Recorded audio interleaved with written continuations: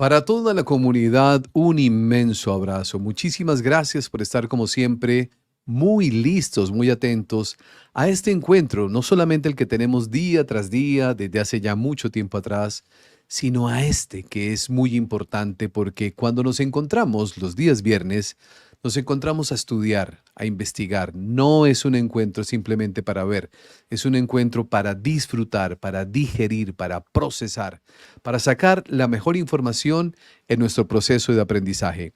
Hace 8 días atrás con Gonzalo habíamos acordado delante de todos ustedes traer 3 encuentros que son unas conferencias bellísimas, maravillosas que ha compartido Gonzalo y que hoy las tendremos al servicio de todos ustedes. Hoy hablará Gonzalo de las leyes universales. Aquí tienen ustedes la entrevista, disfrútenla, saquen apuntes y los invito a algo, vayan anotando desde ya sus dudas y sus preguntas, porque luego de 3 encuentros el ejercicio que haremos es responder todas las inquietudes que queden de estos próximos encuentros, incluido el de hoy, que ya está para que ustedes puedan indudablemente disfrutar.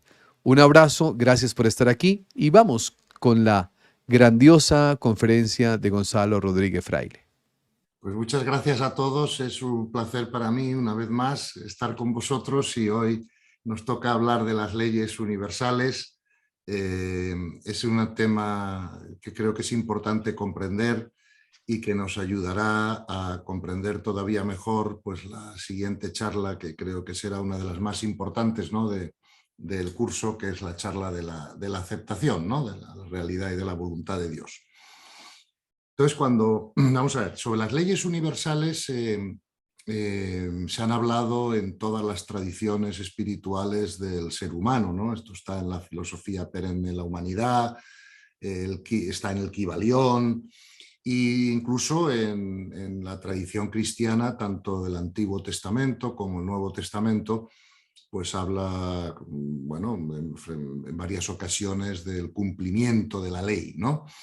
Y lo que vamos a intentar explicar qué son estas leyes o esta ley universal, ¿no? Que claro, el Antiguo y el Nuevo Testamento pues habla del cumplimiento de la ley, que es la ley del amor, ¿no? Como ahora veremos, pero creo que para nuestra comprensión de cómo funciona el universo, pues es bueno también intentar hablar de las otras leyes, ¿no? Que se derivan de la ley del amor y que afectan a nuestra vida, ¿no? Decía Juan con acierto que yo he enumerado 7 leyes, pero claro, no con esto quiero decir que no se pueda explicar el tema de las leyes de otra manera o que otros autores o otras personas puedan dividirlas en 5 o en 10 o tal, ¿no? Porque estas cosas creo que admiten, ¿no? Distintas posibles clasificaciones, ¿no? Pero esto, dividirla en estas 7 leyes que voy a intentar explicar hoy, pues es algo que a mí me ayudó, ¿no? Bueno, pues a comprenderlo de alguna manera mentalmente y a poder facilitarme, ¿no? El seguimiento de las leyes, insistiendo en que no es la única explicación posible, ¿no? Y que podéis encontrar otras explicaciones pues, en otros autores o en otros textos, ¿no? Vamos a ver. Lo primero que tenemos que recordar es que en las sesiones anteriores hemos visto como muchos maestros espirituales o incluso doctores de la Iglesia, ¿no? En el caso de la traducción cristiana, siempre han afirmado que todo lo que ocurre, ocurre por voluntad de Dios, ¿verdad? Y que no se mueve la hoja de no sé, de un árbol con el viento sin que eso no sea la voluntad de Dios. Por ejemplo, en la Iglesia Católica, te cité a Alfonso Ligorio, ¿no? Que es uno de los doctores de la Iglesia, que él dice textualmente, ¿no? En un librito que tiene que se llama Conformidad con la voluntad de Dios, ¿no? Bueno, que nunca debemos atribuir al demonio ni a los hombres ni los males o los bienes que nos acontezcan, que todos los males y los bienes vienen de Dios, ¿no? Con independencia de que use los instrumentos que le parezcan oportunos para que esas cosas de alguna manera ocurran, ¿no? Entonces podemos afirmar que en el universo todo lo que ocurre, ocurre por ley, ¿verdad? Y nada de lo que ocurre en el universo puede salirse de las leyes universales porque si no el universo se desorganizaría. Y bueno, si Dios, uno de los atributos que siempre le hemos, digamos, otorgado a Dios es la omnisciencia, y claro, un ser omnisciente no pierde, digamos, el control de la creación, ¿no? Quizá el Génesis, que es un libro que explica simbólicamente la creación, acierta en todo, ¿no? Pero hay una frase del Génesis que a mí me gusta menos, ¿no? Que dice que el sexto día Dios descansó, ¿no? Yo creo que Dios no ha descansado, que la creación es continua, ¿verdad? Y que además esta idea de creación continuada o emergencia pues es la que resuelve el conflicto entre la creación inteligente y la evolución, ¿no? O sea, porque incluye las dos cosas. Por eso hablamos de creación continuada, porque lo que a nosotros aquí y desde nuestro punto de observación nos parece evolución, realmente se produce primero en la consciencia y luego se manifiesta en el mundo de la forma, ¿no? Por eso, incluso para mí, la evolución es una creación continuada, ¿no? Y creo que esto, entenderlo así, pues nos va a ayudar mucho a la comprensión de la realidad, ¿verdad? Entonces, podemos decir que todos los fenómenos que se producen en el universo se producen o se rigen por leyes matemáticamente exactas, ¿no? Dios no comete errores ni se le va la creación de las manos, ¿no? Y desde luego la creación no se rige por un Dios emocional o caprichoso y desde luego tampoco se produce al azar, ¿verdad? Y podemos definir la ley universal como los principios inmutables, ¿no? Que rigen el orden del universo y los procesos de creación y comprensión del universo, ¿no? Por lo tanto, la ley es universal y lo único que es personal es el grado de comprensión, ¿verdad?, que cada uno de nosotros tengamos sobre esas leyes, ¿verdad? Y claro, la primera pregunta que creo que se os va a venir a la mente de todos antes de continuar es, bueno, y si tú acabas de decir que todo lo que ocurre en el universo ocurre por ley y que nada puede ocurrir fuera de la ley, pues nosotros observamos continuamente, ¿verdad?, que se producen asesinatos, crímenes, desastres naturales, guerras, y nos tenemos que preguntar cómo puede estar eso dentro de la ley del amor, ¿verdad? Es una pregunta lógica y es la primera pregunta que se me vino a mí a la cabeza cuando empecé a estudiar este tema, ¿no? Claro, esto en el fondo es la famosa pregunta de por qué le pasan cosas malas a gente buena, ¿no? Que los teólogos hasta ahora no han podido de alguna manera resolver bien, ¿no? Y tenemos que decir, para que todo lo demás que se diga a continuación pues tenga sentido, que todo lo que ocurre en el universo tiene un propósito de amor, ¿verdad? O sea, Dios es amor y por lo tanto nada de lo que ocurre en el universo se sale, ¿no?, de esa ley del amor o de ese propósito de amor. Lo que tenemos que comprender es que estas leyes, ¿no?, que rigen la creación y que también rigen la comprensión de la creación por parte de los hijos de Dios, que somos nosotros, ¿no? Estas leyes van dirigidas al crecimiento del alma, ¿verdad? No a la perseverancia del cuerpo, ¿verdad? Esto, fijaros que está afirmado, por ejemplo, en el Evangelio, en varios sitios, ¿no? Hasta el último pelo de tu cabeza está contado, por ejemplo. No creo que deje mucha ocasión, ¿no?, o mucho sitio al azar, ¿no?, o a la coincidencia. También sabemos que incluso desde la ciencia, por ejemplo, Einstein dijo una frase muy famosa que es: la coincidencia es la forma que Dios tiene de mantenerse oculto, ¿no? También en el Evangelio se nos dice: no os preocupéis de los que dañen el cuerpo, no pueden dañar el alma. Nos dice más: si algo de tu cuerpo obstaculiza la evolución del alma, pues arráncatelo, ¿no? Y también nos dice que vendrán desastres y tribulaciones, pero que no nos preocupemos porque son necesarios. Claro, ¿necesarios para qué? No para la conservación del cuerpo, sino para la evolución del alma, ¿no? Este es un punto en mi humilde opinión, ¿verdad?, esta visión cristiana de darle tanta importancia al cuerpo, pues con estos tiene que ir cambiando, ¿no? Porque es que si no, no nos explicamos lo que ocurre. ¿Cuántas veces han muerto cientos de millones de personas en guerras o en desastres naturales? Si realmente los hijos de Dios fueran los cuerpos, pues creo yo que Dios los cuidaría un poco más, ¿no? Y como sí cuida el alma, ¿no? Entonces tenemos que comprender que estas leyes universales pues, están dirigidas a la evolución en conciencia del alma, no a la conservación de los cuerpos. Por eso la pregunta de por qué le pasan cosas malas a gente buena está mal formulada, porque es que nunca le pasa nada malo a gente buena si por gente entendemos almas, ¿verdad?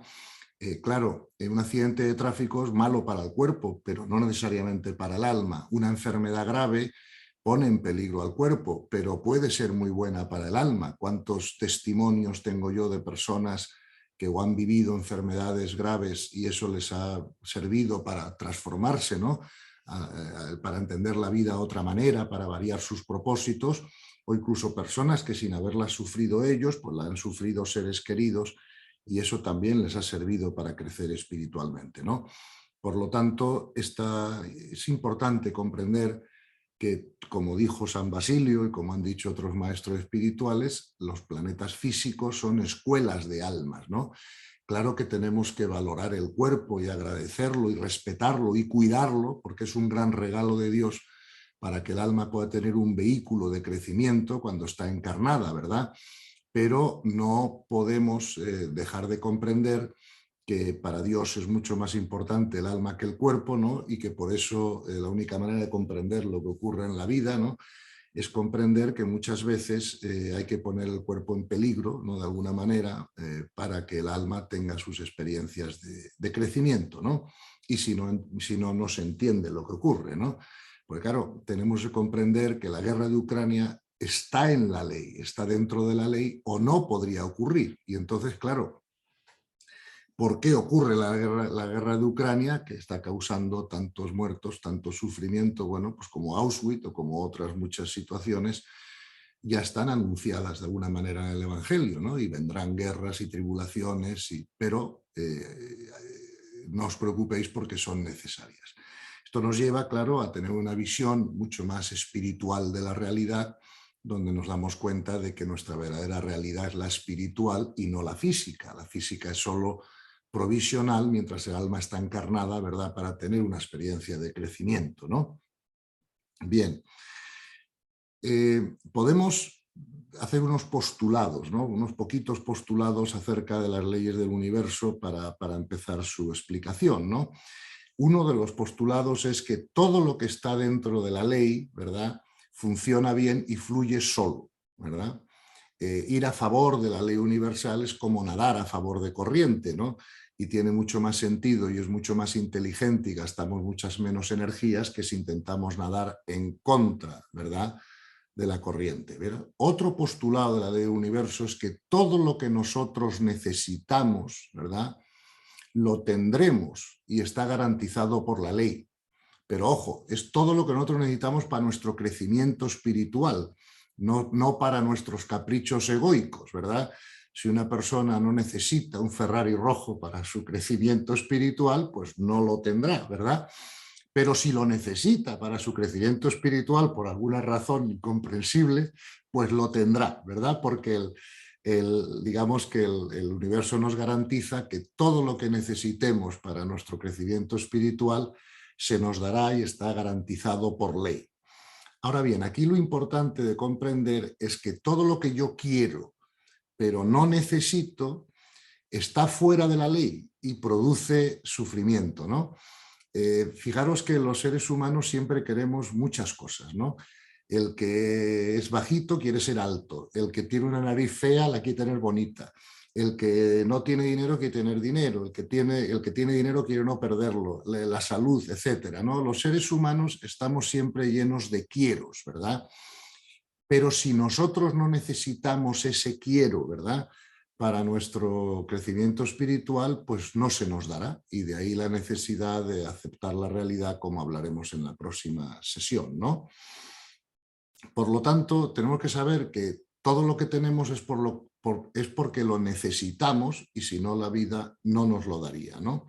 Es verdad que el ser humano en su evolución tiene que aprender muchas cosas, a estar feliz en la riqueza y en la pobreza, en la salud y en la enfermedad, ¿verdad? Y en muchas circunstancias distintas porque tenemos que aprender la imperturbabilidad de la paz del alma ante lo externo. ¿Ok? Y por lo tanto, en distintas experiencias, pues tendremos distintas circunstancias para poder hacer todo ese aprendizaje, ¿verdad? Otra cosa importante es que tenemos que aprender a valorar, ¿verdad?, aquello que sí tenemos, ¿no? En vez de estar siempre centrados en lo que no tenemos, ¿verdad? Porque si no valoramos lo que tenemos, estamos en camino de perderlo por ley universal, ¿verdad? Y eso también hay que comprenderlo. Por eso, la comprensión de estas leyes universales y su funcionamiento es muy importante, porque la comprensión espiritual tiene más fuerza que la fuerza de voluntad, ¿verdad? Y en ese sentido, en la medida que vayamos comprendiendo mejor por qué ocurre lo que ocurre y cómo se da la creación, ¿no?, pues nos hará falta menos fuerza de voluntad, porque tendremos más comprensión. La fuerza de voluntad a veces se tiene, a veces no se tiene, depende del día, ¿no?, y los biorritmos, pero la comprensión está siempre ahí y nos permite, pues, acomodarnos, ¿no?, a las circunstancias de una manera, digamos, con menos gasto de energía, por así decirlo, ¿verdad?, que la fuerza de voluntad, ¿no?, o que el voluntarismo. Entonces, si todo ocurre por ley, ¿verdad?, otra pregunta que tenemos que contestar antes de mirar ya en más detenimiento cómo funcionan estas leyes es la famosa pregunta de la libertad humana, ¿no? Es evidente que Dios ha hecho a sus hijos libres, porque el amor no se hace por imposición, ¿no?, sino que se hace por invitación o por inspiración, ¿verdad? Se enseña así. Y por lo tanto, es cierto que los seres humanos tenemos un grado de libertad, ¿verdad?, porque además se nos permite cometer errores contra las leyes inferiores, ¿verdad?, para aprender, ¿verdad?, las consecuencias de no seguir la ley. Lo primero que tenemos que decir en ese sentido es que el ser humano tiene dos tipos de libertad, si lo pensamos bien, ¿no? Tenemos una libertad que es interna, que es la que a mí me permite reaccionar como yo quiera, ¿no?, ante las circunstancias externas, y en principio esa libertad es ilimitada, ¿verdad? La única limitación que tiene la libertad interna es que está limitada por nuestro nivel de consciencia, como vimos en la sesión anterior, porque claro, una persona de mayor nivel de consciencia pues tiene más libertad, ¿verdad?, interior, para reaccionar ante los eventos de una manera más apropiada, mientras que los menores niveles de consciencia tienen un funcionamiento más animalístico, más reactivo, ¿verdad? Explicamos el distinto funcionamiento del cerebro en ambos niveles, y por eso la libertad interior es menor, porque está más condicionada, ¿no? De alguna manera, por ejemplo, un perro tiene menos libertad interior que nosotros, porque está más dominado por sus instintos, ¿no? Y como le pongas un plato de comida delante o se cruce una perra en celo, es más difícil dominar a un perro que a un ser humano evolucionado, ¿no? Entonces, también tenemos que comprender que el ser humano tiene una libertad exterior, que es cómo puedo ejecutar fuera de mí pues los actos o las actuaciones que yo quiera hacer, ¿no?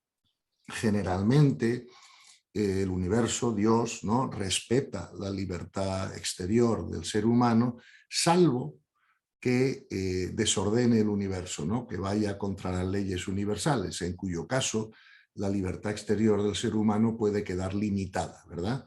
Por ejemplo, se han dado casos que una persona ha intentado pegar un tiro a otra persona y se ha encasquillado la pistola. Y hemos dicho, uy, qué suerte, ¿no?, o qué buena suerte, ¿no?, cuando todos sabemos que no existe la suerte en el universo. Eso lo han dicho siempre todas las tradiciones espirituales y lo dicen ahora los científicos modernos, ¿no? Por lo tanto, si no hay suerte ni casualidad, tenemos que reconocer que todo está regido por leyes y que, por lo tanto, si yo le quiero pegar un tiro a una persona, pero esa persona, como ahora veremos, no es correspondiente de recibir ese disparo por ley, se me va a encasquillar la pistola o va a pasar cualquier otra cosa, pero no le voy a poder pegar el tiro, ¿no? Por lo tanto, nuestra libertad exterior no es absoluta, sino que está limitada por la ley, ¿no? Insisto, la capacidad de cometer errores no está fuera de la ley, ¿verdad? Se cometen errores contra las leyes inferiores, que ahora hablaremos, pero esa posibilidad de violación de las leyes inferiores está incluida en las leyes superiores, ¿verdad? Veremos que las leyes universales son jerárquicas.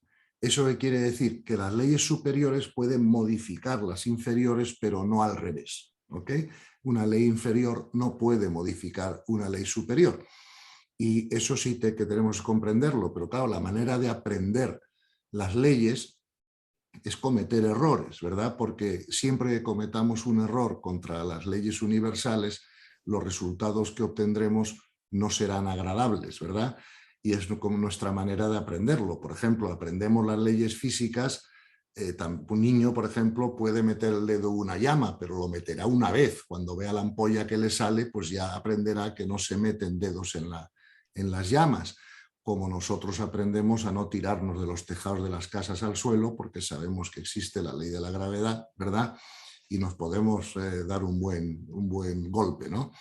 Entonces se aprende, ¿verdad?, la existencia de las leyes a través de cometer errores, de no seguirlas, ¿verdad?, y ver los resultados que eso nos produce, ¿verdad? Porque como hemos dicho al principio de la sesión, todo lo que está a favor de la ley siempre da buen fruto. Fijaros además que esa fue otra de las enseñanzas centrales del Evangelio, ¿no? Cuando le preguntan a Jesús cómo distinguiremos los buenos profetas de los malos profetas o las buenas ideas de las malas ideas, y Jesús dijo, por sus frutos los conoceréis, porque todo lo que está alineado con la ley del amor siempre da buen fruto, ¿no?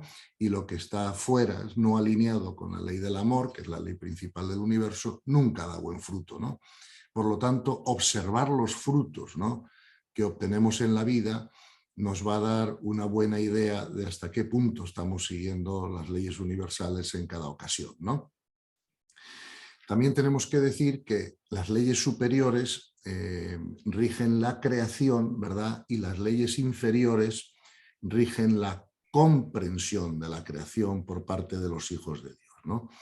Y entonces, si os parece, con estas, digamos, explicaciones iniciales, vamos a pasar a intentar dar una explicación de cómo son estas leyes o cómo funcionan. Vamos a empezar desde la superior para llegar a la inferior, y insistiendo una vez más que no es la única manera de explicarlas, que a lo mejor a alguien se le ocurre una manera mejor de explicarlas, y que bueno, que tenemos que estar abiertos a otras posibilidades de comprensión, pero que verlas de esta manera que ahora voy a sugerir creo que nos va a ayudar a todos bastante, ¿no?, pues a comprenderlas y de alguna manera pues a colocarnos bajo ellas, ¿no?, que es lo que nos librará finalmente del sufrimiento, ¿no?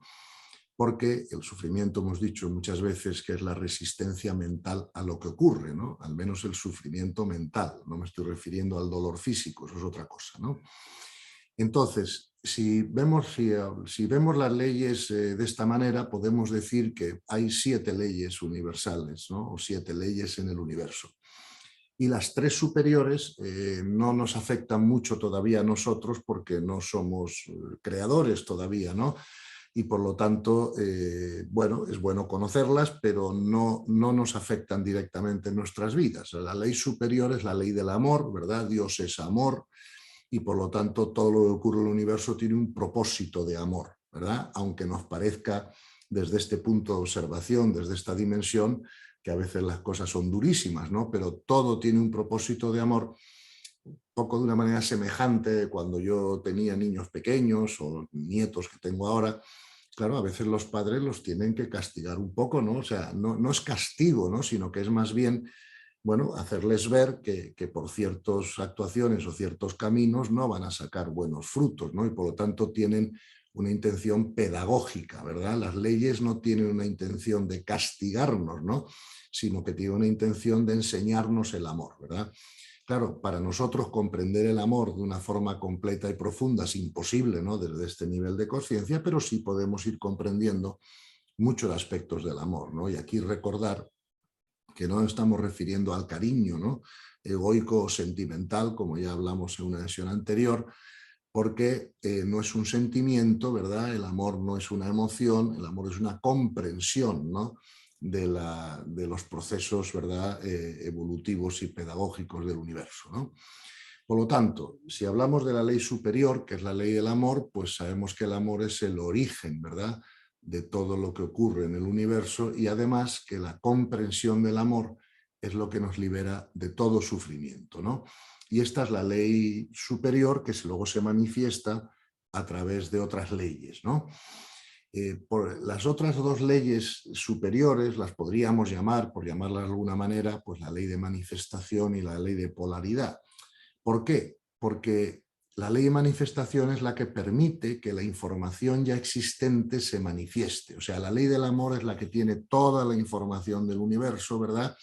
Pero está inmanifestada, porque Dios es un ser inmanifestado, ¿no?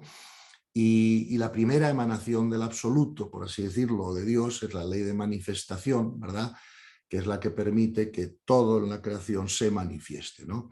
Y cuando se manifiesta a través de una ley que hemos llamado de polaridad, ¿verdad?, porque maneja un poquito la interacción y la integración de los principios masculinos y femeninos en el universo, ¿no? El principio masculino como principio emisor y el principio femenino como principio receptor, ¿no? Por ejemplo, para crear una figura, pues hay que hacer un molde, ¿verdad? Eso podría ser el receptor, pero luego se le echa una sustancia que es el emisor, que se acopla a ese molde, pues para producir una figura, ¿no? Por lo tanto, para que se dé la creación, tiene que haber una ley que permita la manifestación de lo inmanifestado y tiene que haber una ley de polaridad, ¿verdad?, que funciona por el principio de atracción de opuestos, ¿verdad? Y lo luminoso se complementa con lo oscuro o lo áspero con lo suave, ¿no? Entonces, bueno, no me voy a detener más en estas leyes porque insisto que creo que nos afectan menos, es bueno que sepamos que existen, pero bueno, en un momento posterior de nuestra evolución, cuando seamos a lo mejor creadores, pues ya las conoceremos, ¿no?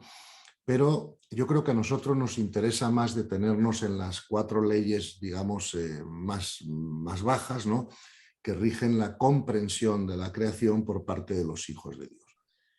Vale. La ley superior de estas 4 más bajas, yo la llamo, por llamarla de alguna manera, ley de la evolución, ¿no? Y algunos de los postulados de esta ley de evolución son los siguientes, ¿no? Solo la experiencia permite conocer la verdad, ¿ok? Las cosas hay que verificarlas para que haya una comprensión profunda, no solo hay que creerlas, hay que verificarlas. Si las creemos y no las verificamos, pues todavía no hemos llegado a la sabiduría, o sea, tendremos un conocimiento intelectual bueno, tendremos una buena erudición, pero la sabiduría exige la verificación, ¿verdad? Y por lo tanto, esto es importante, solo la experiencia, ¿verdad?, permite conocer la verdad. Luego, otro postulado de esta ley de evolución es que el ser humano solo se enfrenta a eventos que tiene que comprender y trascender, ¿verdad?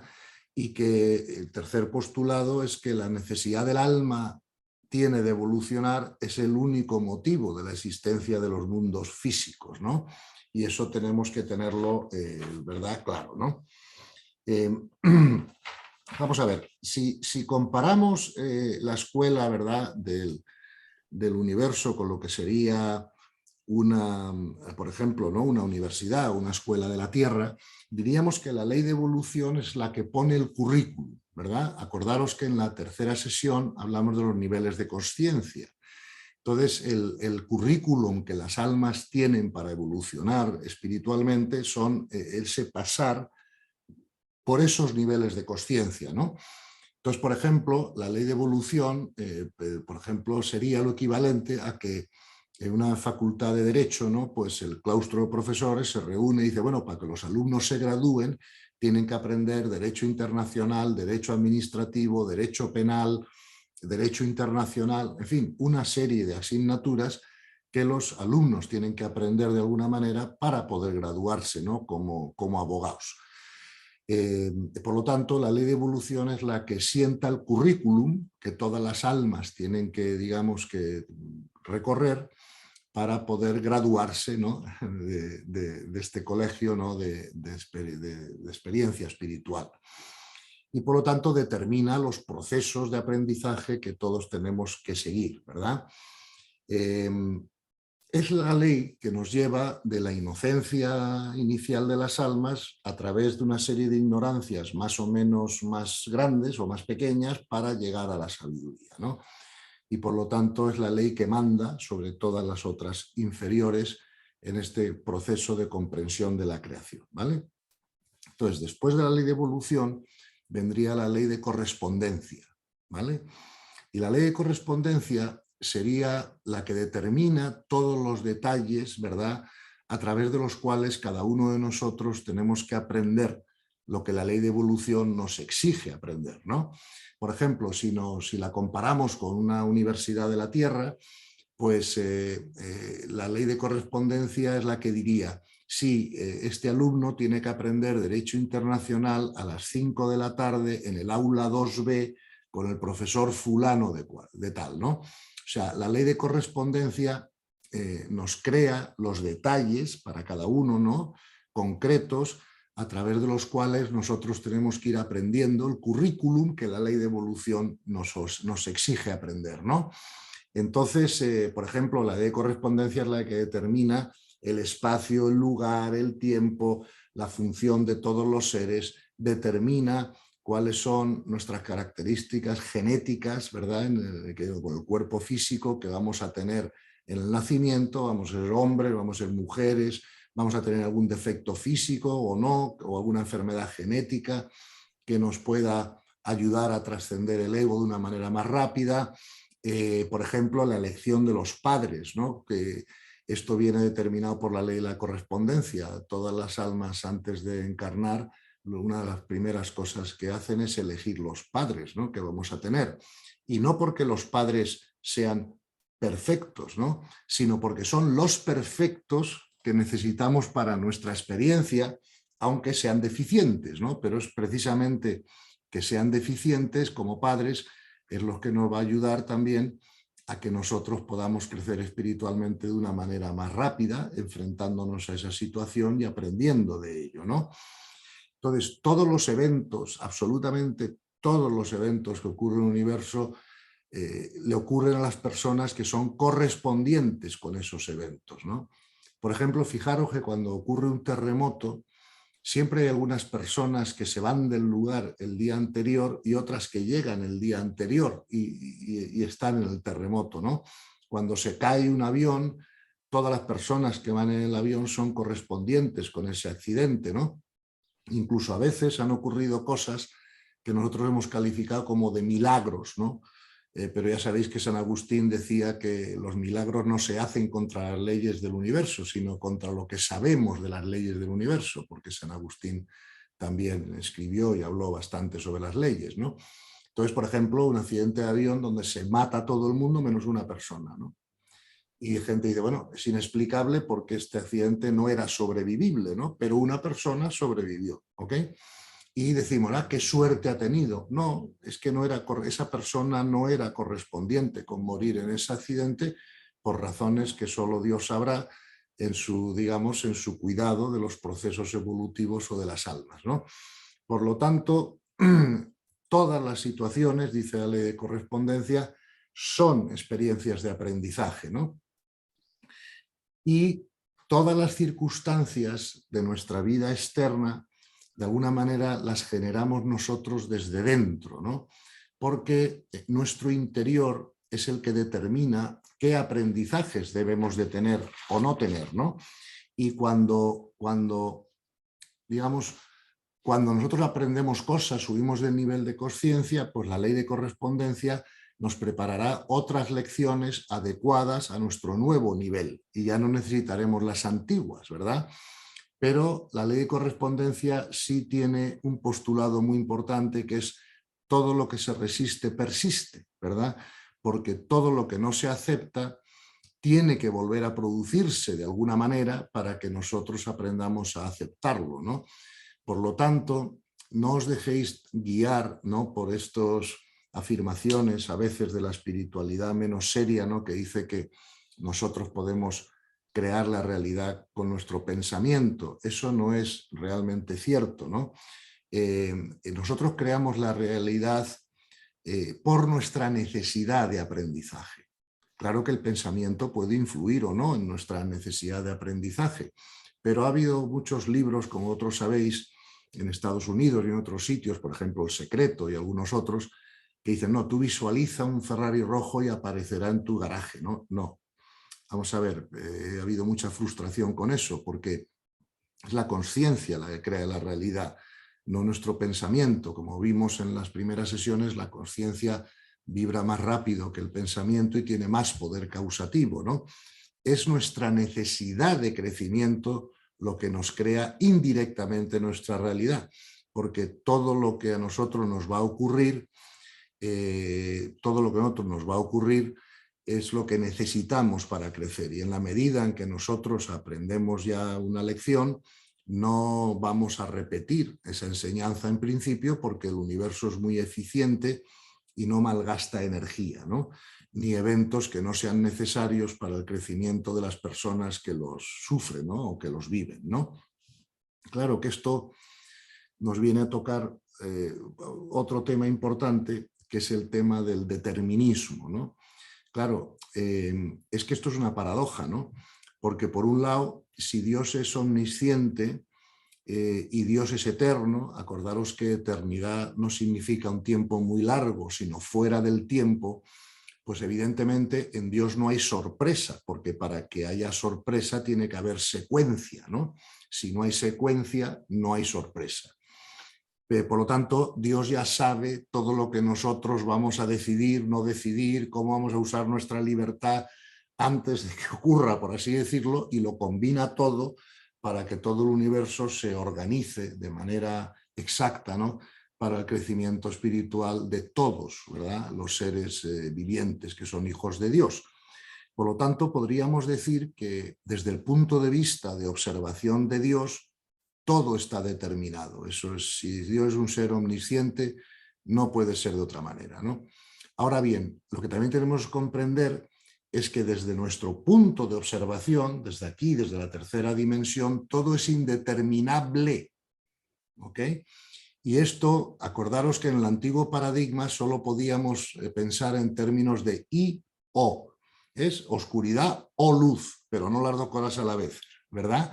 Bueno o malo, pero no las dos cosas a la vez. Mientras que el nuevo paradigma piensa en términos de y, ¿ok?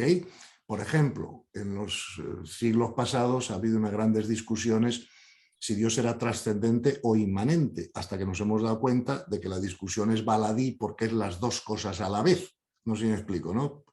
Entonces, con esto pasa un poco lo mismo, ¿no? Tenemos que comprender que desde el punto de vista de observación de Dios, todo está determinado, pero desde el punto de vista de observación nuestro, todo es indeterminable, ¿ok? Y por lo tanto no hay conflicto en ese asunto, ¿no? Entonces, bueno, hemos explicado la ley de evolución, hemos explicado la que le sigue, que es la ley de la correspondencia, siempre nosotros tenemos que saber que en el lugar en el que estamos, en el grupo al que pertenecemos, siempre estamos por correspondencia matemáticamente exacta, ¿no? Y esta es la ley que cuando subimos de nivel de conciencia, pues nos quita, ¿verdad?, los eventos que necesitábamos antes para crecer y nos pone los nuevos que ahora necesitamos para crecer desde nuestro nuevo nivel, ¿verdad? Vamos a ver, por debajo de la ley de correspondencia tenemos lo que podríamos llamar la ley de la armonía, ¿no? ¿Qué es la ley de la armonía? Bueno, pues es la ley que integra todas las partes en un todo, ¿verdad? Es la ley que explica que todo lo que tú emites, ¿verdad?, reacciona y vuelve, ¿verdad? Porque, claro, tener en cuenta que los seres humanos somos seres de luz, nosotros emitimos energía, ¿verdad?, continuamente. Prueba de que emitimos energía es que emitimos calor, ¿verdad? Todos sabemos que si en una habitación pequeña, ¿no?, se meten de golpe 40 personas, pues al cabo de un pequeño tiempo esa habitación va a subir 2 grados de temperatura, ¿no? Y eso es así porque los seres humanos emitimos energía, ¿no? También sabemos que si nos perdemos en el Polo Norte, ¿no?, pues dormir abrazados todos nos permite de alguna manera mantener el calor, ¿no?, que es lo que hacen, por ejemplo, los pingüinos en la Antártica. Si habéis visto algún documental de estos de National Geographic o lo que sea, ¿no? Entonces, también la ley de la armonía dice que todo lo que es atacado se defiende, ¿no? Y que es la ley que se manifiesta cuando todos somos capaces de vivir juntos con tolerancia, con respeto, ¿verdad? Y sin violencia. Y cuando experimentamos estrés, ¿verdad? O dificultades en las relaciones y conflictos emocionales y todo ese tipo de cosas, pues de alguna manera estamos violando esa ley sin saberlo, ¿no? Eh, por ejemplo, yo puedo afirmar que cuando yo era un hombre más joven yo no tenía ni idea, ¿no?, de la existencia de estas leyes y ni siquiera, vamos, las tenía en mi comprensión, ¿no? Y por lo tanto, cuando yo actuaba con los mejores criterios posibles. Pero ahora que comprendo las leyes y su funcionamiento y miro para atrás en mi vida, me doy cuenta perfecta de que todo lo que yo, ¿sabes? Todo lo que me ha salido bien en la vida es porque yo seguí la ley sin saberlo, porque no la conocía, ¿no? Y todo lo que me ha salido mal en la vida, o no como yo esperaba, ¿no?, es porque he violado la ley universal sin saberlo también porque no las conocía, ¿verdad? Porque de alguna manera la ignorancia de la ley no te exime de su cumplimiento, ¿no?, o de sus efectos. Y por lo tanto, por eso es importante que las comprendamos y aprendamos a seguirlas, ¿no? Y por último, la ley más básica, ¿no?, del universo, de las 7 leyes, es la que llamaríamos la ley de la naturaleza, ¿no? Y algunos de los postulados de la ley de la naturaleza son esto, ¿no? Todas las manifestaciones naturales requieren condiciones adecuadas.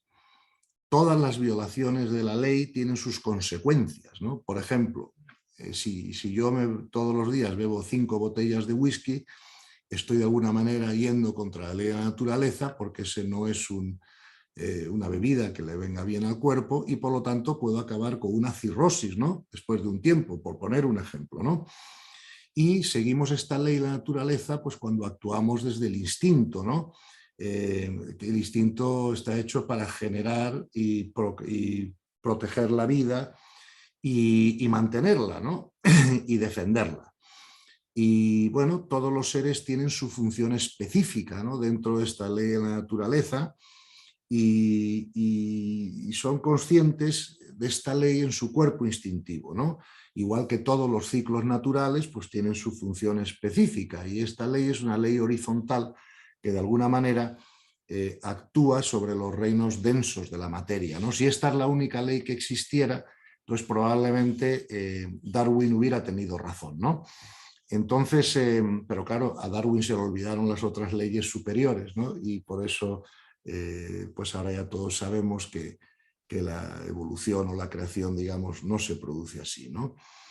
Entonces, fijaros que las leyes inferiores pueden ser violadas haciendo un mal uso de nuestra libertad precisamente para que aprendamos, ¿verdad?, a seguir la ley y a comprenderla y a obedecerla, ¿no? Y lo aprendemos teniendo malos resultados. Entonces, por ejemplo, voy a poner un ejemplo tonto, ¿no?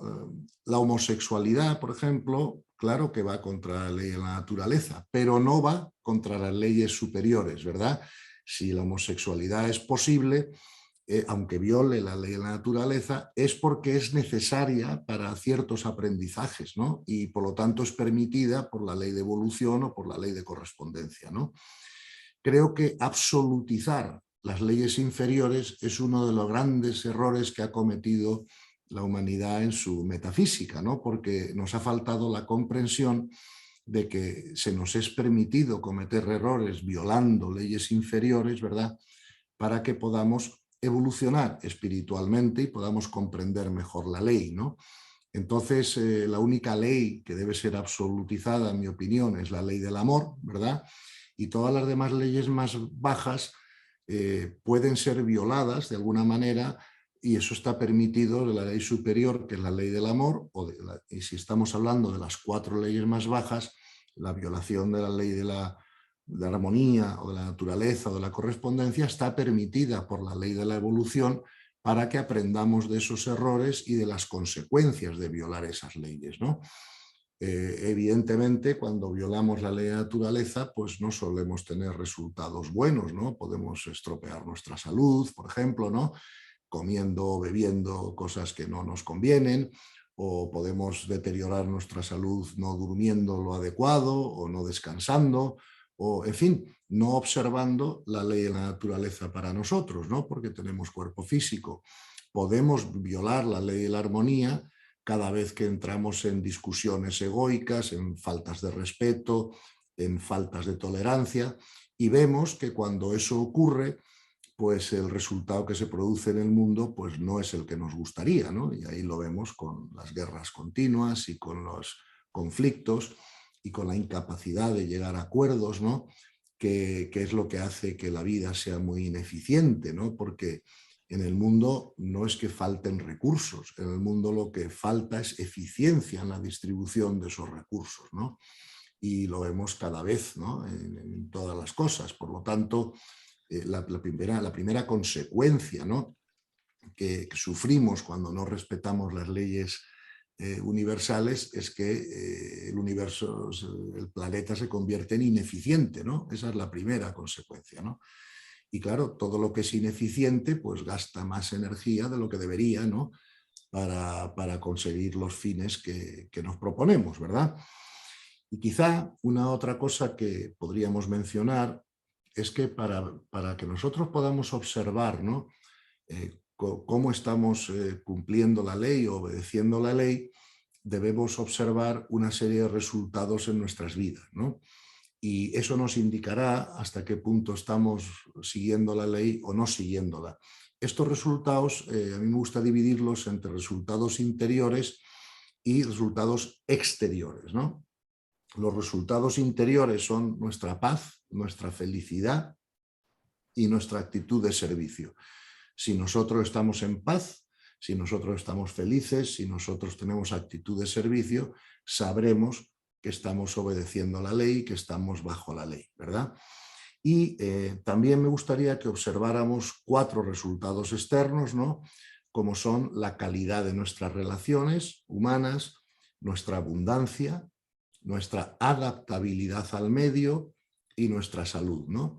Si observamos esos 4 resultados exteriores, también estaremos observando hasta qué punto nosotros estamos siguiendo o no, digamos, las leyes universales, ¿verdad? Tenemos también que tener en cuenta que hay almas que son más valientes que otras. Ya sabéis que a mí me gusta decir que el alma tiene 2 niveles de libertad, ¿no? Uno primero ahí arriba, ¿no? Donde aceptamos el guión, ¿verdad? Que se nos propone, ¿no? Para este curso, ¿no? Como de evolución que hacemos en los mundos físicos, y otro nivel de libertad que es una vez que estamos ya aquí y eso se nos ha olvidado o no somos conscientes de ello, cómo usamos nuestra libertad para vivir el curso en la práctica, ¿no? Claro, a la hora de atrevernos, ¿no? Con unos guiones o con otros, pues unas almas son más valientes que otras, ¿no? Y a veces tenemos que comprender que hay situaciones muy difíciles en la vida que personas viven, pero que son almas valientes, ¿no? Que se atreven a hacer cursos que para los demás serían más complicados o que necesitarían, por ejemplo, ¿no? Más tiempo para hacerlo, mientras que hay almas que, como los alumnos de la Tierra, ¿no? Pues unos se aplican más de alguna manera en el colegio que otros y por eso van más rápido o hasta pueden adelantar cursos o lo que sea, ¿no? Pero una de las cosas que tenemos que comprender es que muchas veces esas circunstancias difíciles no son realmente una desgracia, ¿no? Sino que son una oportunidad para que el alma pueda hacer un curso más rápido o 2 cursos en uno, ¿no? Como lo queramos comprender, ¿verdad? Por lo tanto, tenemos que cerrar esta exposición de las leyes diciendo que es importantísimo que podamos reflexionar sobre esto, que tenemos que observar, aprender las leyes a través de los errores y ver las consecuencias de los errores que cometemos.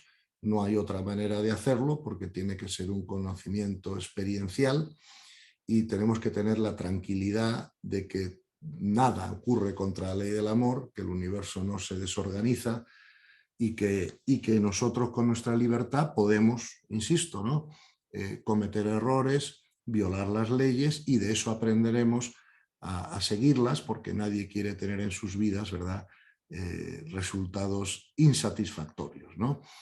El segundo capítulo de mi primer libro, porque no nos va a dar tiempo en esta sesión a cubrirlo, el primer libro dedico 2 capítulos, ¿no?, al tema de las leyes universales. Uno primero, que las explica de una manera semejante, ¿no?, a como las he explicado hoy, pero luego hay un segundo capítulo que habla de la aplicación práctica, ¿no?, de las leyes en la vida diaria, ¿no? Y ahí hablamos sobre la ley de la advertencia, ¿no?, que tenemos que estar ojo a visor. Hablamos de la ley de la oportunidad, ¿no? Cuántas veces el universo nos da oportunidades pues, que no perseguimos por motivos distintos, por miedos o por cosas, ¿no? La ley de los vasos comunicantes, la de causa y efecto, que es el karma, la de saturación, ¿no? Porque muchas veces muchas personas solo se dedican al crecimiento espiritual porque se han cansado de sufrir y tienen que buscar alguna solución. O sea que yo diría que el 99% de las personas nos metemos en el camino espiritual más por saturación que por inspiración, ¿no? En fin, y ver cómo se aplican estas leyes a la vida diaria, pues es algo que también es útil, y tengo un capítulo en el libro pues dedicado a eso, por si alguno de vosotros pues, os puede interesar mirarlo, ¿no? Pero, pero lo importante es comprender, ¿no?, cómo funcionan en general estas leyes y disponernos, ¿no?, a obedecerlas y a seguirlas, ¿verdad? Porque así como las leyes humanas pueden ser cambiadas, ¿no?, pueden ser modificadas, las leyes universales son inmutables y, no, y siempre que vayamos en su contra, pues vamos a tener resultados, digamos, no apetecidos, ¿no? Bueno, creo que ya me he gastado los 50 o 55 minutos que tengo de explicación y si queréis, pues podemos pasar a ver si hay alguna pregunta o, en fin, o alguna cosa que no haya quedado clara o que podamos aclarar más en el turno de preguntas, ¿vale? O sea que le cedo a Juan la palabra para que él formule las que le parezcan más oportunas, ¿ok? Gracias, Gonzalo. Hay preguntas Supongo, sí. sobre el tema. Es un tema, sí, sí. Hay varias que preguntan sobre la predestinación. Sí. Yo sé que has hablado ya del tema, pero como hay varias preguntas que es sobre si realmente hay una predestinación, si tenemos libertad. Por ejemplo, Elena pregunta, si todo pasa porque Dios quiere, ¿dónde queda la libertad del hombre? Bueno, verás, la libertad del hombre, cuando pasa lo que Dios quiere, el hombre puede reaccionar ante lo que pasa de una manera o de otra, ¿no? Por ejemplo, yo tengo un accidente de tráfico grave, pierdo un ser querido, eso ha pasado porque Dios lo ha dispuesto, evidentemente, ¿no? Ahora, ¿cómo reacciono yo a ese accidente donde pierdo un ser querido? Eso ya entra dentro de mi libertad interior, ¿no? Es cierto que Dios ya sabe cómo yo voy a reaccionar, pero yo no lo sé, ¿ok? Entonces, toda nuestra libertad interior para reaccionar de una manera o de otra a lo que Dios dispone, eso es parte de nuestra libertad. De hecho, si yo no reacciono ante los eventos con aceptación o de la manera correcta de reaccionar ante ellos, me seguirán ocurriendo hasta que yo aprenda a reaccionar adecuadamente, a que yo aprenda a usar mi libertad interior para unir mi voluntad a la voluntad de Dios, que es para lo que tenemos libertad interior, ¿no? Pero claro, hasta que yo no aprenda a estar totalmente unido a la voluntad de Dios, pues yo a veces no voy a reaccionar ante ciertos eventos de una manera adecuada en la ley del amor, ¿no? De una manera amorosa, y por lo tanto esos eventos se me pueden ir repitiendo de una manera o de otra hasta que yo aprenda eso, ¿no? Por eso decía yo que uno de los postulados de la ley de correspondencia es que todo lo que se resiste persiste, ¿no? Es un gran refrán espiritual. Claro que yo tengo libertad externa, como dijimos antes, pues para darle una patada a alguien, ¿no? Pero si ese alguien no debe recibir la patada porque no es correspondiente con recibirla, la ley universal me paralizará la pierna de alguna manera, ¿verdad? O sea, yo no puedo nunca causar un daño a otra persona si esa otra persona no es correspondiente también por ley en recibir ese daño, ¿no? Y eso nos servirá a los dos para crecer. Yo tendré que aprender de que no voy a llegar a la paz y a la felicidad dañando a las personas, y la persona dañada también tendrá que aprender a reaccionar adecuadamente y perdonar ese daño y actuar desde la ley del amor, ¿no? Por lo tanto, todo está interconectado. Entonces, por eso digo que esta paradoja de que a la vez todo está determinado, pero es indeterminable a la vez, desde nuestro punto de observación, es algo que tenemos que comprender, ¿verdad? Porque si no, tenemos todas estas dudas de, bueno, porque cuando tenemos todas estas dudas es porque nuestra mente, la mente, ¿verdad? Solo puede pensar en términos de opuestos, ¿verdad? Y decir que todo está determinado, pero es indeterminable a la vez, es algo que a la mente le cuesta mucho, porque la mente es dual, ¿verdad? Y trabaja en el dualismo y dice, tiene que ser lo uno o lo otro, ¿no? Pero nos podemos dar cuenta que son las dos cosas a la vez y lo único que varía entre Dios y nosotros es el punto de observación, ¿no? Entonces, claro, desde mi punto de observación, todo es indeterminable, porque yo no sé lo que va a pasar en el futuro y puedo pensar con mi mente que, claro, que la libertad de las personas puede llevar las cosas por un lado o por otro, ¿no? Pero claro, desde el punto de observación de Dios todo está determinado, porque es instantáneo, o sea, no hay secuencia, porque no hay tiempo y entonces no hay sorpresa. Y ambas ideas pueden ser comprensibles, pero tenemos que comprender eso desde los ojos contemplativos, más que desde los ojos mentales de la razón, porque los ojos mentales de la razón, claro, solo pueden trabajar en clasificación, categorización, opuestos y son dualistas. Por eso decíamos en nuestra segunda sesión, creo, explicábamos la idea de que la mente no puede ver esencia, solo puede ver apariencia, ¿no? Entonces, si la mente es muy sofisticada, puede ver apariencia muy sofisticada, pero no puede ver esencia. Eso queda reservado a los ojos de la contemplación o a la intuición, no a la razón, ¿verdad? Y creo que esta es la mejor manera de responder esa pregunta, o la mejor manera que yo sé responderla, ¿no? Gracias, Gonzalo. Tenemos también un par de preguntas sobre el suicidio, sobre si el suicidio atenta a las leyes superiores y si va en contra de la voluntad de Dios. Vamos a ver, el suicidio evidentemente no es algo que esté que esté alineado con la ley del amor, porque lo primero que tenemos que hacer para poder suicidarnos es no aceptar la realidad y querer salirnos de ella, ¿no? Porque en ese momento pues, nos parece muy costosa, ¿no?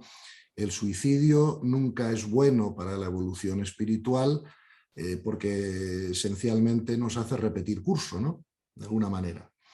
Pero el suicidio está dentro de la ley del amor o no se podría dar. ¿Me entiendes? Nada de lo que ocurre está fuera de la ley. El universo claro, el instinto te lleva a preservar la vida, con lo cual podríamos decir que el suicidio está contra la ley de la naturaleza, ¿verdad? Los animales no los vemos mucho suicidarse, ¿verdad? Entonces, el suicidio no está en el instinto, ¿no? Para suicidarte tienes que usar la mente y tener unas ideas y unos problemas sentimentales o emocionales o mentales que te llevan a dar ese paso, ¿no?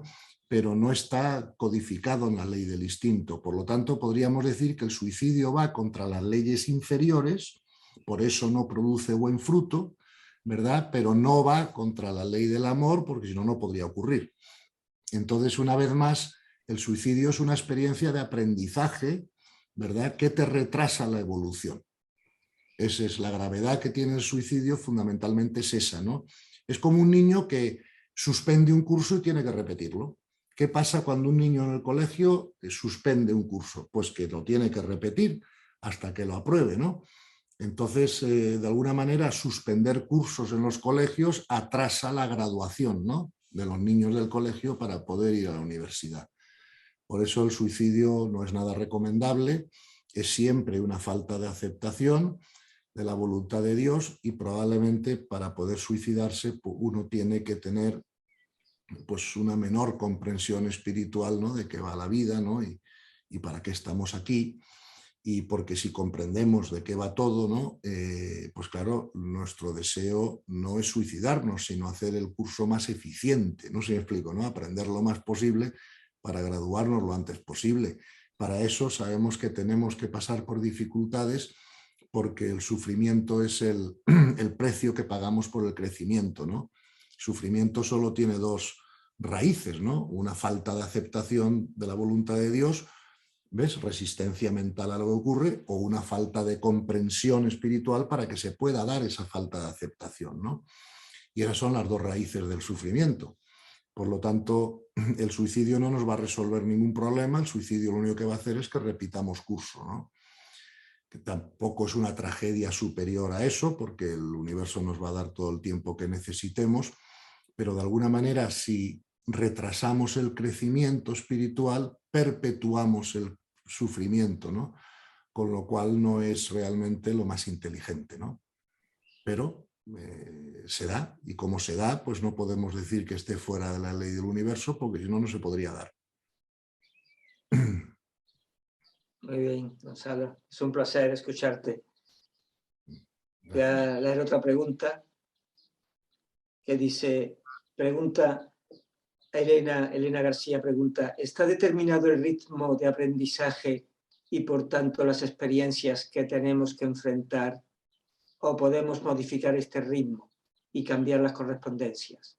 Podemos modificar el ritmo y cambiar las correspondencias a través de nuestra dedicación, de nuestra intención, ¿verdad? De nuestra práctica espiritual. Claro que podemos modificarlo, ¿no? De la misma manera que una persona que quiera aprender a jugar al golf o al tocar el piano va a ir más rápido o más lento dependiendo de si tiene buenos profesores, de si dedica tiempo al entrenamiento, de si dedica intensidad e intención, eso es evidente, ¿no? Como es arriba es abajo, dice el refrán, ¿no? De la espiritualidad, y por lo tanto así es, ¿no? Dios ya tiene todo eso previsto, evidentemente, y a Él no le vamos a sorprender, pero nosotros debemos usar nuestra libertad para intentar, de nuestra mejor manera posible, aumentar el ritmo de nuestro crecimiento o hacerlo lo más eficiente posible, ¿no? Aunque aquí tengo que advertir que a veces el querer egoicamente, ¿no?, crecer espiritualmente muy rápido nos lo puede dificultar, porque eso también lo tenemos que abandonar en las manos de Dios, ¿no? O sea, el hacer el mayor es... Esto es un poco parecido cuando veamos la abundancia, ¿no? La sesión de la abundancia, veremos que lo más inteligente que nosotros podemos hacer en la vida para ser abundantes es dar siempre lo mejor de nosotros mismos, pero dejar los resultados en manos de Dios. Si os acordáis, sobre la sesión anterior de la conciencia mística y la contemplación, dijimos que había contemplación activa y contemplación pasiva, ¿verdad? Y que una mejor manera de hacer la contemplación activa era dar lo mejor de nosotros mismos en todo lo que hagamos, pero dejando los resultados en manos de Dios, porque cuando queremos controlar los resultados es cuando viene todo el estrés, la angustia, etcétera, no cuando damos lo mejor a nosotros mismos, ¿no? Por lo tanto, en el crecimiento espiritual, creo que la actitud ideal para ir lo más rápido posible es dar lo mejor de nosotros mismos en ello, ¿verdad? Pero dejar esa velocidad y esos resultados en manos de Dios, ¿no? No empeñarnos, ¿no?, en que queremos ser místicos mañana, ¿no? ¿Sí me explico? Bueno, nosotros queremos ser místicos cuando Dios quiera, no sé si me explico, cuando sea el momento oportuno para nosotros. Eso no quita que nosotros no demos lo mejor de nosotros mismos para llegar ahí, ¿verdad? Pero no controlarlo egoicamente, porque entonces nos vamos contra la ley y lo dificultamos. Muy bien. Bueno, Gaby pregunta, dice Gonzalo, ¿pero qué somos en realidad las personas para necesitar este aprendizaje o proceso del alma? Uy, vamos a ver. ¿Qué somos las personas? Para mí está claro, ¿no?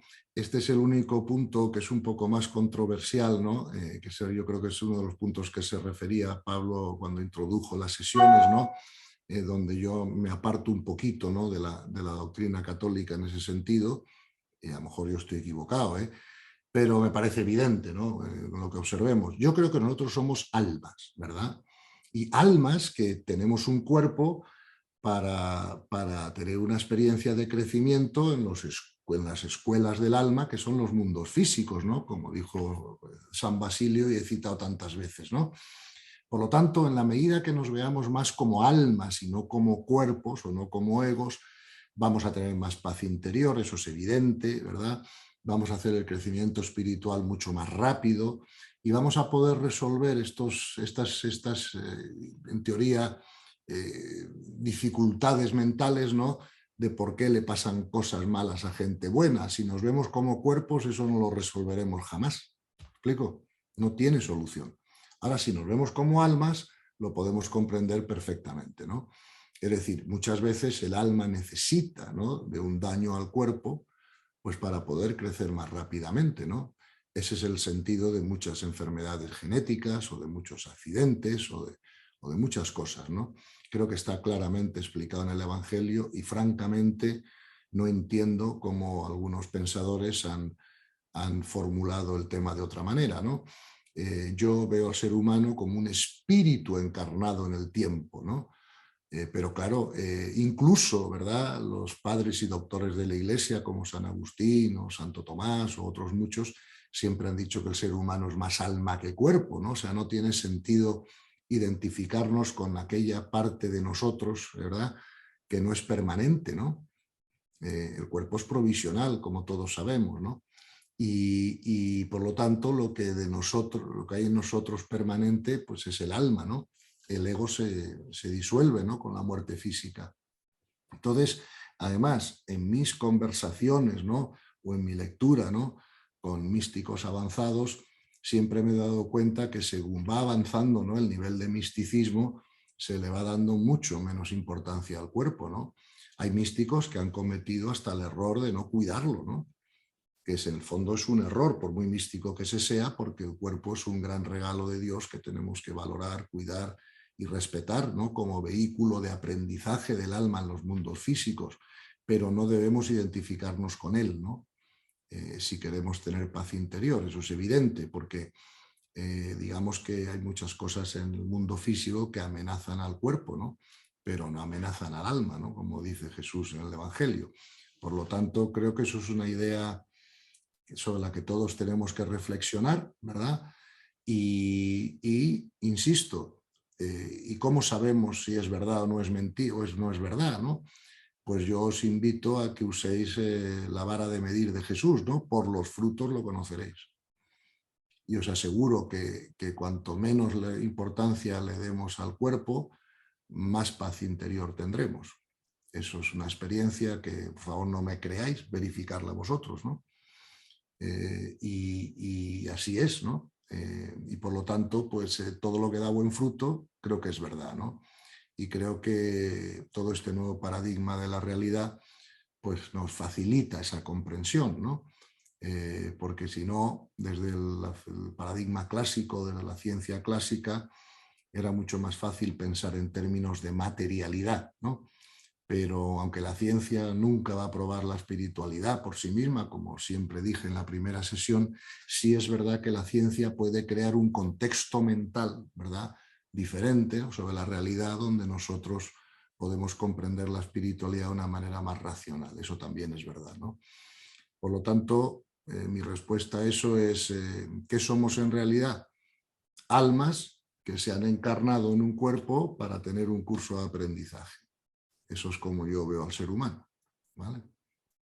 Creo que los hijos de Dios son las almas, no los cuerpos, ¿no? Porque si los hijos de Dios fueran los cuerpos, pues no creo que los tratase Dios de esa manera, ¿no? Yo creo que fíjate cómo Dios cuida las almas muy bien, ¿no? Creo que los cuerpos no son los hijos de Dios, los cuerpos son creaciones de Dios para que las almas tengan experiencias de aprendizaje, ¿no? Y bueno, esa es mi manera de verlo y así os lo comunico. Y si estoy equivocado, pues os pido disculpas. Pero sí os aseguro que a mí eso me ha dado muchísima más paz interior que pensar de otra manera, ¿no? Como pensaba cuando era joven, que era más materialista y no me iba tan bien. Gracias, Gonzalo. Una última pregunta. Sí, por favor, las que ¿Sí? queráis. Sí, sí, por supuesto, las que haya, las que queráis. Yo estoy a vuestra disposición. Lo que no quiero es aburriros con mucho tiempo y sé que estáis Es ocupados. apasionante, todo esto es Digamos, apasionante. el tiempo lo marcas tú, Juan, no yo. ¿Vale? Mira, Mercedes Senabre pregunta, O se pregunta, ¿y por qué encarnarnos? Ah, No podríamos hacer todo esto sin encarnarnos. vamos a ver, es que ya la pregunta es muy buena, ¿no? Pero vamos a ver, vamos a extender a esa pregunta, vamos a extender, si quiere, esa pregunta a más cuestiones, ¿no? Yo a veces, créeme que me pregunto, oye, ¿y por qué ha hecho Dios así las cosas? Yo me lo pregunto, ¿eh? Por ejemplo, nosotros observamos los animales, ¿no? Y vemos que en la naturaleza los animales se comen unos a otros, ¿no? Y entonces, oye, eso es cruel, o sea, eso es, o sea, además eso les tiene que tener un nivel de estrés constante, ¿no? Porque o estás buscando a quién comerte o estás vigilando todo el día a ver quién puede venir a comerte a ti, ¿no? Con lo cual, digo, ¿y por qué los animales no se alimentan del sol, ¿no? Por ejemplo, ¿no? Y toda esa cadena de depredación, pues sería innecesaria. Bueno, vamos a ver, yo comprendo que si Dios ha hecho las cosas así es porque así conviene, aunque mi mente no entienda por qué conviene así. No sé si me explico. Debe ser que la única manera de aprender el amor en su totalidad es empezar por la ignorancia de la depredación. No sé si me explico, ¿no? Y yo creo que además los distintos niveles de conciencia se corresponden con distintos niveles de violencia, ¿no? Como vimos en la primera sesión. Por ejemplo, cosas que a veces pienso, ¿no? Digo, bueno, si hay civilizaciones más avanzadas, y yo no tengo duda de que sí las hay, pero no lo puedo demostrar empíricamente, ¿no? Entonces, ¿cómo serían los animales en esas civilizaciones si existieran los animales? Supongo que serían todos más pacíficos, que no se comerían unos a otros, que ya la experiencia conjunta de animales y seres humanos no necesitaría de violencia, ¿no? O de depredación. Pero a este nivel de conciencia parece ser que sí, ¿no? Lo necesita. Claro, si yo salgo al bosque en el norte de Estados Unidos, tengo que tener cuidado de que no vengan osos, ¿no? Porque puedo tener un susto, ¿no? Claro, en una civilización más avanzada eso parece menos necesario, ¿no? Porque ya no manejan ningún nivel de violencia, ¿no? Entonces, la verdad es que no tengo respuesta, o sea, para responder a esa pregunta tendría que poder meterme en la mente de Dios, ¿no? Y estoy muy lejos de poder hacer eso. Solo puedo decir que hay que observar la realidad, ¿verdad? Y que en la realidad sí se producen estos eventos y que si esto es así será porque para aprender el amor, ¿verdad? En nuestros niveles de conciencias, pues las situaciones son necesarias. Nos lo dice el Evangelio que lo son. Entonces, ¿por qué lo son? Y a mí ya claro que me gustaría que no hubiera que pasar por todas estas cosas, ¿no? Para que los hijos de Dios aprendamos el amor. Supongo que a mis nietos también les gustaría pues, poder aprender matemáticas sin tener que ir al colegio, ¿no? O hacer un esfuerzo, pero les toca ir al colegio, hacer un esfuerzo, equivocarse en las primeras ecuaciones, ¿no? Entonces, solo Dios sabe por qué las cosas están hechas así, pero lo que sí sé es que Dios es amor, Dios es omnisciente y por lo tanto el amor y la omnisciencia te llevan a una perfecta eficiencia, ¿no? Con lo cual, si las cosas pudieran haber sido mejor o más rápidas para la evolución espiritual de otra forma serían. De eso no me cabe la menor duda, ¿no? Entonces, bueno, pues mi mente y las vuestras pues ya comprenderán en un futuro, supongo que mejor que ahora, por qué las cosas se han hecho así, ¿no? Pero tiene que tener un propósito de amor detrás y tiene que ser la mejor manera de crecer espiritualmente o no estaríamos metidos en esos líos, ¿no? Eso es lo que creo.